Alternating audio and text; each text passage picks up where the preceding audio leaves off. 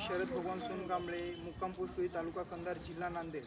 रुई या गावामध्ये जे पंचवार्षिक कामामध्ये जे पंधरायुक्त आयोगामध्ये जे कामं झाले ते प्रत्यक्ष आम्ही दाखवून देऊ.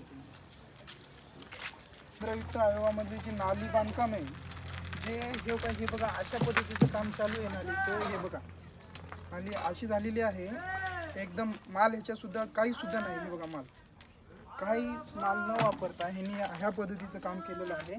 पुढे हे अशा पद्धतीचं हे बघा, इथं पण हे बघा नाली बांधकाम. हे माल ह्या पद्धतीचा माल वापरलेला आहे त्यांनी. एकदम हे बिल उचलून खाण्यासाठी एकमेव बांधकाम केलं का म्हणून ह्यांनी बांधकाम केलेलं आहे. काही सुद्धा कोणत्याच जे असं पूर्ण त्यांनी घ्यावं हे नाली बांधावं ह्या पद्धतीची कोणतीच नाली नाही. फक्त ह्यांनी बांधलेलं असेल की बांधलं असं सरकारला दाखवावं आणि बिल उचलावं ह्या पद्धतीची ह्यांनी नाली बांधून हे एकमेव सरकारला सुद्धा फसवत असून हे बघा हे नालीचे कामं हे अशा पद्धतीची कामं चालू आहेत गावामध्ये. आणि ग्रामसेवक आणि सरपंच ग्रामसेवक थोडे सुद्धा दखल घेत नाही. आणि जर आपण ते 15 आयोगामधलं ह्यांचं एस्टिमेट दाखवा म्हणलं तर दाखवायला तयार नाही ग्रामसेवक. काय बोलायला गेलं तर कॉल घेत नाही, मोबाईल बंद असतो. कुठे भेटायला गेलं तर बोलायला तयार नाही ग्रामसेवक. ह्या पद्धतीचे कामं चालू आहेत गावामध्ये. हे सरकारने तात्काळ त्याचं काय आहे ते ऑप्शन घ्यावं.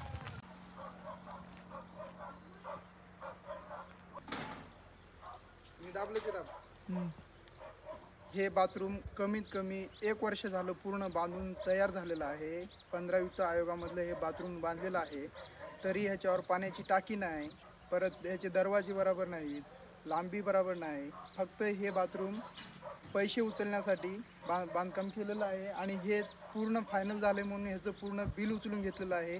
एकमेव हे कोणाला वापरायसारखं पण नाही. ह्याचे कवाड दरवाजे पण बरोबर नाही, पाण्याची टाकी नाही आणि नळसुद्धा नाहीत. आणि ह्याची लांबी रुंदी हे कुठलाच माप नाही आणि वरी स्लॅब पण नाही.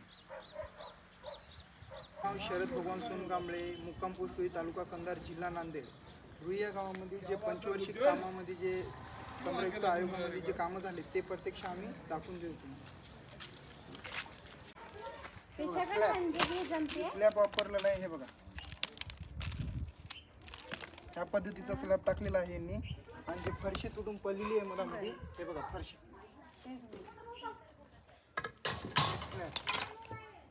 अशा पद्धतीचे काम प्रकारे ह्या बंदिस्त नालीवर स्लॅब टाकून जे गज वापरून स्लॅब होता ते काम न करता ह्यांनी जे फरशी टाकून अशा पद्धतीची फरशी टाकून वरी म्हणजे नालीला झापलेलं आहे. आणि वरून जे लिपलेलं आहे ह्यांनी एकमेव असे फसवेगिरीचे कामं करून ह्यांनी पूर्ण बिल उचललेलं आहे. आणि एकदम चुकीच्या पद्धतीचं काम चालू आहे. आणि मी ह्या नालीचं एस्टिमेट मागण्यासाठी BDO साहेबांना पण अर्ज दिलेला आहे आणि ग्रामसेवकाला पण दिलेलं आहे. 15 दिवसापासून ग्रामसेवक आणि सरपंच आरेरुरीची भाषा करून तुझ्यानं काय होतंय ते करून घे अशी धमकी देत आहेत त्यांनी.